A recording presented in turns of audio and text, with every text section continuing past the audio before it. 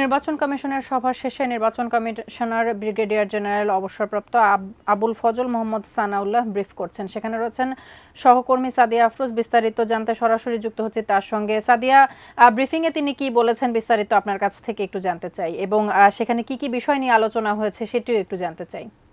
তাসফিয়া, আজকে আপনি জানেন যে নির্বাচন কমিশনের প্রথম আনুষ্ঠানিক সভা হয়েছে এবং এখানে যে সভা শেষে ব্রিফ করেছেন নির্বাচন কমিশনার ব্রিগেডিয়ার জেনারেল অবসরপ্রাপ্ত আবুল ফজল মোহাম্মদ সানাউল্লাহ। তিনি যে খবরটি দিয়েছেন সেটি হচ্ছে যে বাড়ি বাড়ি গিয়ে ভোটার তালিকা হালনাগাদ শুরু হতে যাচ্ছে আগামী মার্চ থেকে, অর্থাৎ আগামী বছরের জন্য এই ভোটার তালিকা হালনাগাদ শুরু হতে যাচ্ছে।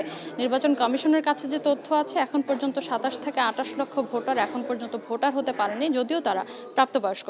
এবং এই ভোটারদের ভোটার করার পাশাপাশি যারা নতুন করে ভোটার হবেন আগামী জানুয়ারির মধ্যে, তাদেরকেও ভোটার করা হবে। তবে ভোটার তালিকা বাড়ি বাড়ি গিয়ে হালনাগাদ শুরু হতে যাচ্ছে মার্চ থেকে। যদিও সঠিক তারিখটি এখনও আমরা জানি না, কারণ তিনি বলেছেন যে এই তারিখটি সচিবালয়ের পক্ষ থেকে পরবর্তীতে জানানো হবে। তবে এবছরের যে ভোটার প্রক্রিয়া, আপনি জানেন যে পূর্ণাঙ্গ ভোটার তালিকা বা চূড়ান্ত ভোটার তালিকা জানুয়ারির মধ্যে সম্পন্ন করা হয়। সেই প্রক্রিয়া সম্পন্নের পরে বাড়ি বাড়ি গিয়ে এই হালনাগাদ শুরু হচ্ছে এবং এই হালনাগাদে শুধুমাত্র নতুন ভোটার নয়, মৃত যারা ভোটার রয়েছেন তাদেরকেও বাদ দেওয়া হবে এবং সেই হালনাগাদ প্রক্রিয়াগুলো সম্পন্ন করা হবে যাতে পূর্ণাঙ্গ এবং সঠিক একটি ভোটার তালিকা করা যায়। ব্রেকফাস্ট, টিফিন কিংবা স্ন্যাক টাইমে মজাদার আয়োজন মানে অল টাইম ব্রেড।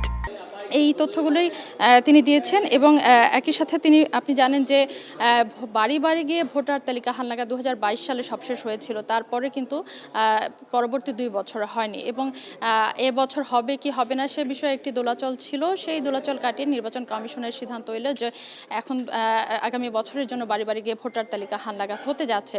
আজকের সভার যে আরেকটি বিষয় ছিল সীমানা নির্ধারণ নিয়ে যে সিদ্ধান্ত আসার কথা ছিল, সে বিষয়ে কোনো আলোচনা আজকে হয়নি।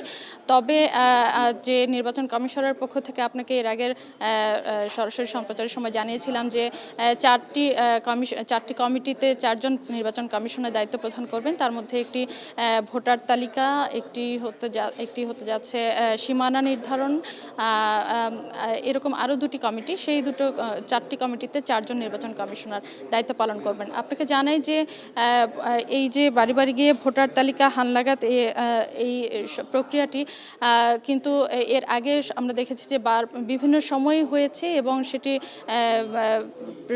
আমরা দেখেছি যে প্রতি বছরই হতো, কিন্তু মাঝখানে 2 বছর না হওয়ার পিছনে নির্বাচন কমিশনের বিভিন্ন যুক্তি ছিল। সেগুলো নিয়ে আমরা কথা বলেছিলাম, কিন্তু সেগুলো নিয়ে আসলে শেষ পর্যন্ত বাড়ি বাড়ি গিয়ে ভোটার তালিকা হালনাগাদ হয়নি। তবে এবছর যে চলতি বছরের যে হিসেব, সেই অনুযায়ী নতুন করে আরও 27 লক্ষ ভোটার আগামী 2 জানুয়ারির যে চূড়ান্ত ভোটার তালিকা আসতে যাচ্ছে। নির্বাচন কমিশন আপনি জানেন 2 জানুয়ারি চূড়ান্ত ভোটার তালিকা দেয়। সেই তারিখে যে ভোটার তালিকাটি দেওয়া হবে সেখানে হয়তোবা এই যে যারা ভোটার বাদ পড়ে আছেন বা নতুন করে ভোটার হননি, তাদেরকে নতুন করে সংযুক্ত করা হবে।